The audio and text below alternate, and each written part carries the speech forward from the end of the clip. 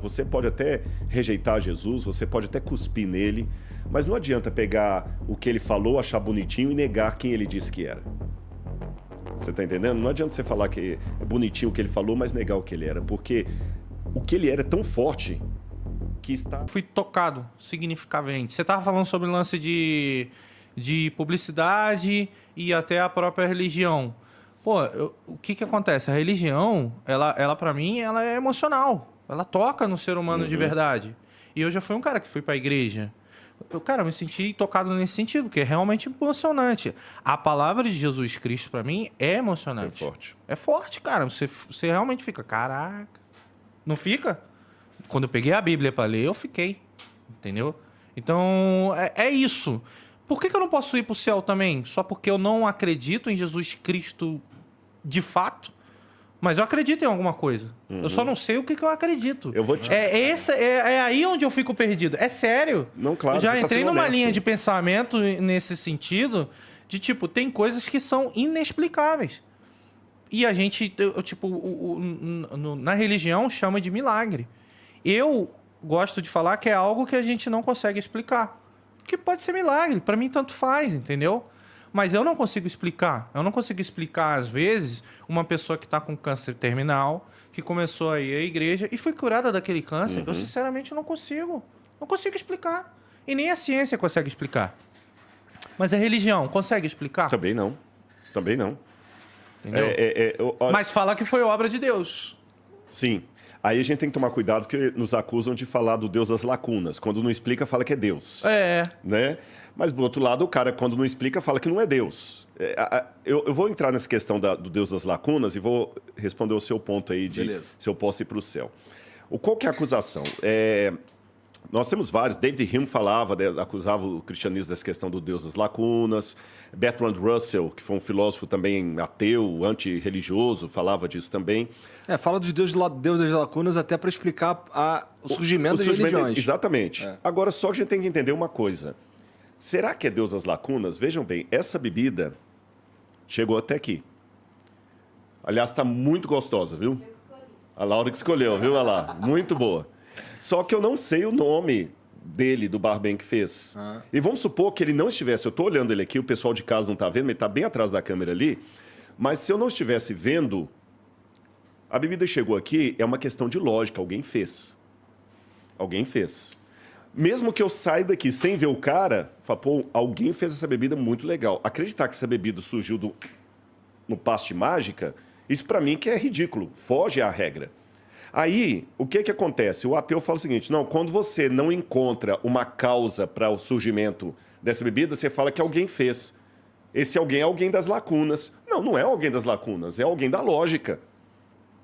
Do nada, nada se faz. Então, quando eu falo assim, alguém fez essa bebida, eu estou apenas seguindo a lógica.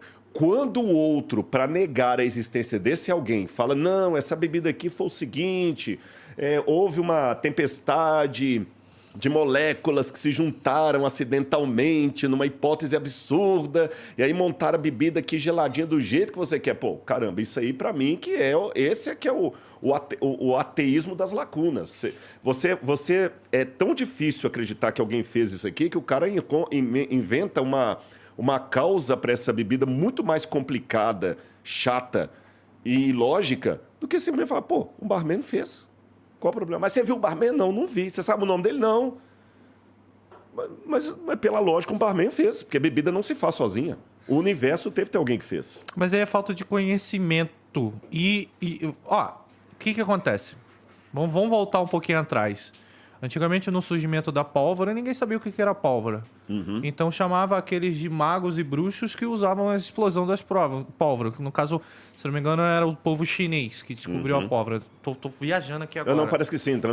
A informação que eu tenho são os chineses mesmo. Sim, mas assim, o Oriente Médio não sabia o que era pólvora. Quando começou a surgir pólvora lá, todo mundo achava que aquilo ali era bruxaria, aquilo ali era alguma coisa. Por quê? Porque não sabia explicar.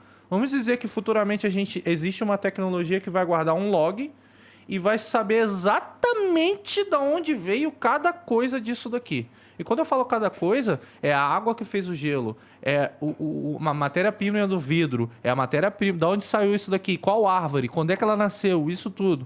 Então, é falta de conhecimento. A ignorância, às vezes, pode ser uma dádiva. Pô. A gente só tem que entender que tanto eu, quanto o Igor, quanto qualquer um aqui na sala, ainda é ignorante nesse sentido. Não, com certeza. Entendeu? Agora, a gente tem que tomar cuidado com uma coisa. Em primeiro lugar, quando você trabalha com método científico, tem o que é a hipótese de trabalho e o que é especulação gratuita. Uhum. A hipótese de trabalho é a seguinte: pelas evidências que eu tenho hoje, dá para construir tal hipótese de trabalho. Tudo indica que. Então tem uma lógica. Eu Sim. não tenho a resposta final, mas tudo indica que. Né? É o caso, por exemplo, do presente que a gente ganhou aí dos chineses. Né? Apesar de tudo que falam, são contra, outros são a favor, mas toda hipótese diz que o melhor, por enquanto, é a vacina. Verdade. Né? Pode ser que amanhã descubram que não tem nada a ver, Não, já tá rolando aí um lance de uns remédios e tudo mais. mas por enquanto o que tem é a vacina. É o que a gente tem. É o que a gente tem para trabalhar. E, gente, deixando claro que isso aqui é só um exemplo. O tema não é esse. Tá. Né? Não vamos tornar o exemplo o tema. Porque eu sei que eu falar isso é uma coisa mesmo, a pessoa ficou e aqui tem uma certa tendência para tornar o exemplo o tema. Exatamente. Então, o que acontece? Mas eu, para poder tirar essa hipótese e trabalhar com outra, eu tenho que ter evidências mais concretas. Até que essas apareçam, eu tenho que trabalhar com isso aqui. Então, até que surja alguma evidência mais forte que hoje não há, vida provém de vida. Até que exista uma evidência mais profunda que me faça mudar de conceito, até hoje eu acredito que do nada, nada se produz.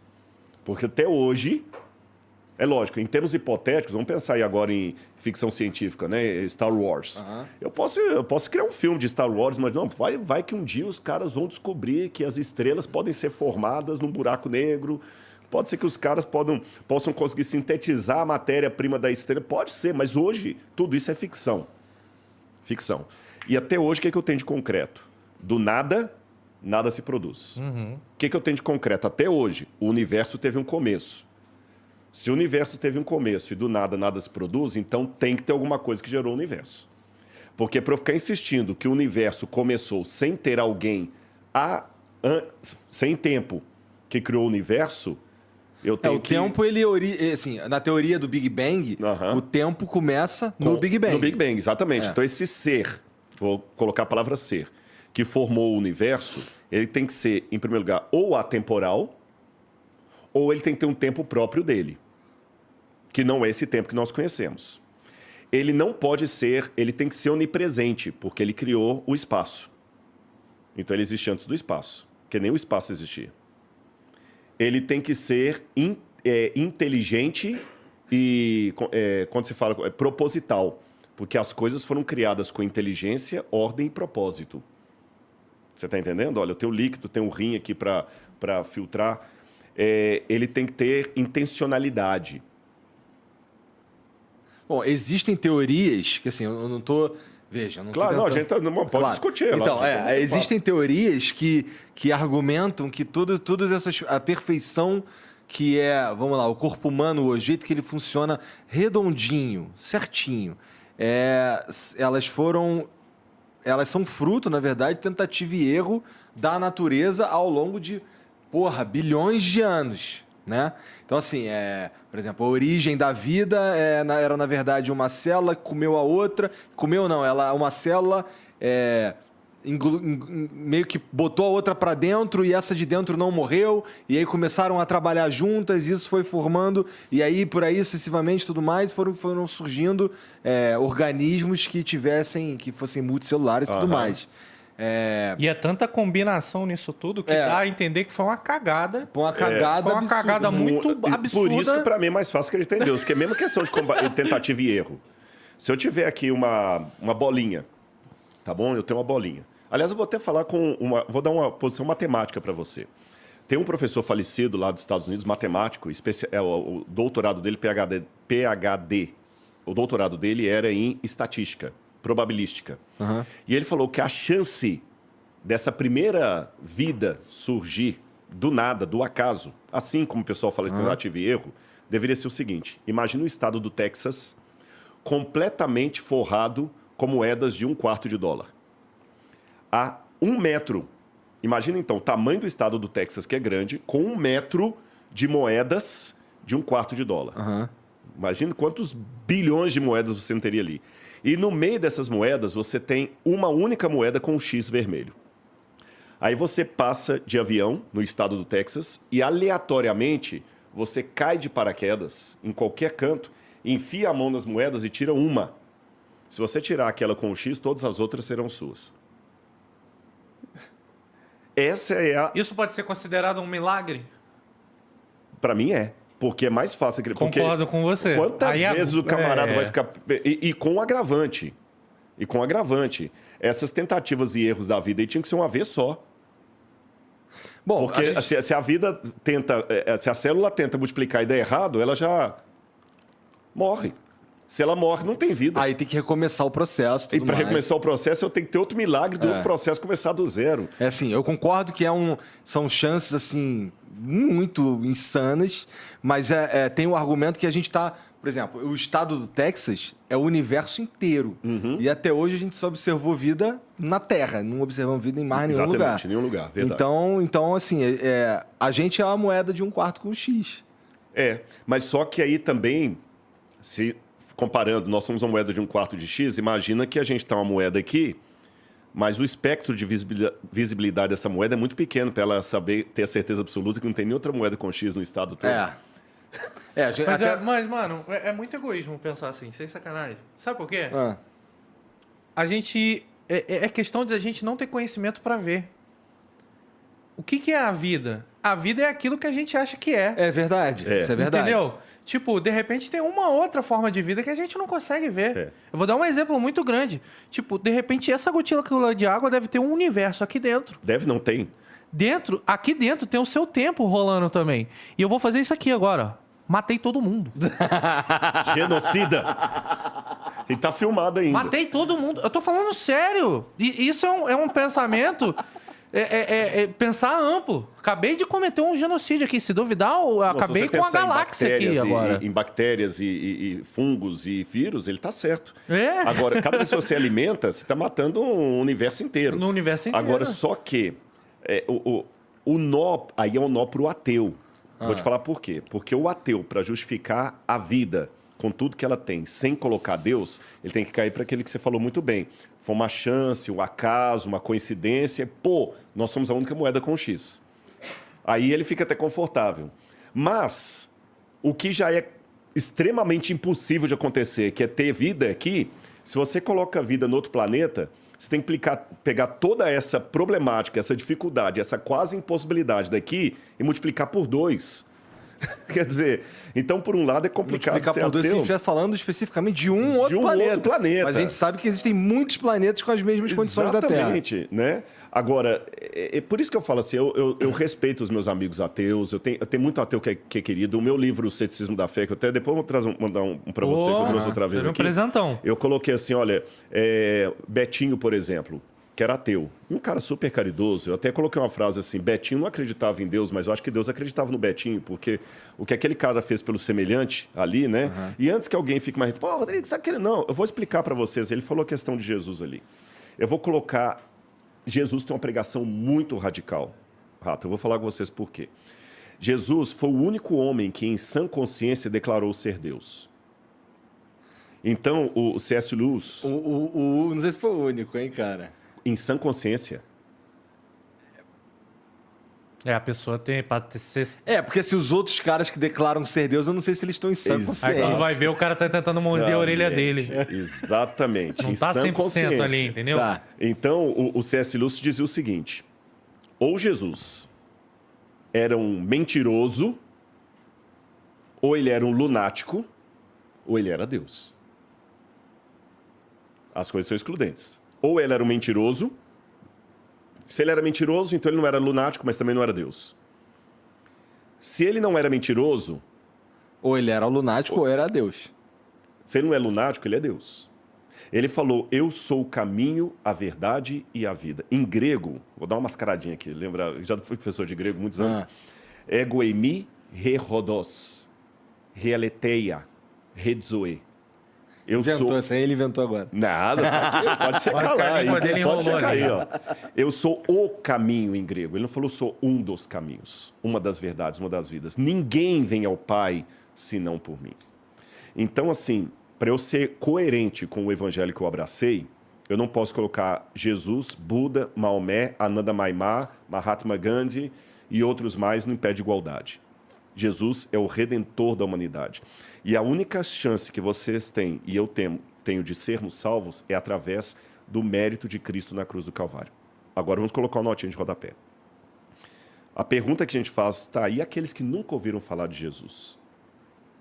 Os índios, aqueles povos que nasceram, cresceram e morreram sem nunca ouvir. Não é? Aí que entra a minha frase que causou tanta comoção do outro lado, que eu falo que eu estou esperando até encontrar um ateu no céu. É porque muita gente, Deus vai julgar as pessoas pelo grau da verdade que chegou ao coração dele. E esse chegou ao coração dele, vale para você, vale para o outro. Como eu falei, quem me garante que às vezes, não estou julgando, você nunca mais pisou numa igreja por causa de uma coisa lá que te magoou? Você está entendendo? Às vezes, assim, a minha vida é a única Bíblia que muita gente está lendo lá fora. Então eu digo assim, mesmo aquele que é salvo sem conhecer Jesus, ele foi salvo por Jesus. Você entendeu? É radical a coisa, é radical. E aí vem uma frase do C.S. Lewis, que ele era um intelectual, o autor das Crônicas de Nárnia, que ele falava assim, olha, você pode até rejeitar Jesus, você pode até cuspir nele, mas não adianta pegar o que ele falou, achar bonitinho e negar quem ele disse que era. Você está entendendo? Não adianta você falar que é bonitinho o que ele falou, mas negar o que ele era, porque o que ele era é tão forte que está ligado ao que ele falou. E eu falo com vocês sem medo de ser feliz. E eu acho que é até interessante, Igor, é outro milagre. Eu tenho ido em muito podcast que não tem nada a ver com a igreja. E aí, permita-me dar o meu testemunho, eu acho que é Deus que está abrindo a oportunidade, porque quantas milhares de pessoas não estão ouvindo a gente aqui agora? Eu não estou enfiando religião goela abaixo de ninguém. Se você nunca se tornar adventista, se você quiser ser um adventista que é a minha igreja, na outra casa que vocês tinham lá, tem uma igreja em frente. Cara, e como esse cara é famoso, mané. Porque É eu vou mesmo? te falar, depois desse dia que ele foi lá no outro estúdio lá, nossa, a gente passava lá, tava tendo os caras do Adventista, tava tendo algum culto, alguma coisa. É que era em frente, né? Aí, pô, vi aí o Rodrigo e tal, não sei o quê, foi legal pra caramba. Eu fiquei, pô, caraca. Todo mundo... Agora, é lógico, quando a gente está numa igreja, é igual o jogador de futebol, você quer os melhores pro seu time. Se eu falar assim, pô, não queria que vocês fossem adventistas, pô, ia ser legal. Mas eu não estou falando que você precisa ser adventista para ir pro céu. Você entendeu a diferença? Entendeu a diferença? Eu queria, como na pelada ali, né, eu quero aquele ali, que ele é zagueiro. Então é óbvio que a gente prega, a gente convida as pessoas para a igreja e tudo. Eu não né? sabia que era assim. A gente convida. Convida por quê? Mas vou te falar por que a gente convida. Quando a coisa é boa, você passa para frente. Quando eu cheguei aqui, eu ouvi vocês batendo papo sobre o joguinho. Eu não entendo a metade que vocês estão falando, porque eu sou da velha guarda, né? Mas assim, pô, cara, esse joguinho aqui é sinistro demais. Pô, você tem que ir lá, você tem que coisar. Você, quando vê um negócio que é muito legal, você não guarda para si. Você chega e comenta. E é interessante que você até gosta que as outras pessoas gostem mais ou menos daquela coisa, tem papo, tem tudo. Então a religião tem esse aspecto social. O problema que eu tenho que admitir é que muita gente confunde isso com ser chato. E enfia a goela abaixo. E não foi isso que Jesus ensinou, gente. Jesus não ensinou a enfiar a religião goela abaixo. Não está no evangelho isso. Jesus é um camarada que ele elogiou a fé. É isso aí que quebra a perna de muito crente. Jesus elogiou a fé de um soldado romano que o cara era certamente um idólatra. E Jesus falou assim, em Israel eu não encontrei fé como esse homem. Tinha uma mulher sírio-fenícia, cananeia, que até coloca cananeia, que era assim, o oposto do que o judeu devia ser. Jesus falou o seguinte, essa mulher tem uma fé que eu queria encontrar em Israel. Você está entendendo? Então, assim, eu não vou afirmar se existe vida inteligente em outros planetas, mas existe vida espiritual fora da minha religião. Também acho, né? Porque... Não, mas para muitas pessoas, isso assim, o céu vai ser só ele e os dele. Tem até uma sketch do Porta do Fundo que, tipo, é famosíssima. Que é o cara falando assim, pô, cheguei aqui, aí tem um Deus que tem fala... um Deus lá. Pô, então, tu não vai pro céu. Tu não Por vai quê? pro céu. Porque, pô, eu quero o verdadeiro Deus, quero lá de uma ilhazinha de não sei onde. É muito bom Então, isso. pronto, essa que o pessoal não entende. O Deus que eu acredito, ele sabe, porque Paulo, na Bíblia, Paulo fala, aqueles que não conheceram a lei, referindo-se à revelação de Deus, eles se fizeram de leis para si mesmos. E Deus os revelou. Então, assim, eu tenho que ser fiel àquilo que eu acredito de Deus. A única coisa que eu falo para você, Rato, aquele dia a gente conversou até sobre isso também, assim, se você já tem uma ideia que tem uma mente superior, comece a buscar isso. E vocês vão ver, gente, que vale a pena. Aí é igual essa bebida aqui, gente. Galera, de novo, cara, eu vou querer mais um. Esse aqui não deixa bêbado mesmo. É muito gostoso. Parece que é abacaxi, tem alguma coisa aqui, o que mais? Gengibre, mas nem parece. É bom para garganta. Só que isso aqui é tão gostoso, você está assistindo em casa, que não adianta, por mais que eu descreva para você o copo, você não vai entender. O único jeito que você tem de ter a degustação que eu estou tendo é vindo aqui experimentando. Mas futuramente, possivelmente, vai poder entender. Exatamente. Mas depois que... Porque vai ter uma tecnologia que ele vai falar, eu quero isso daqui também.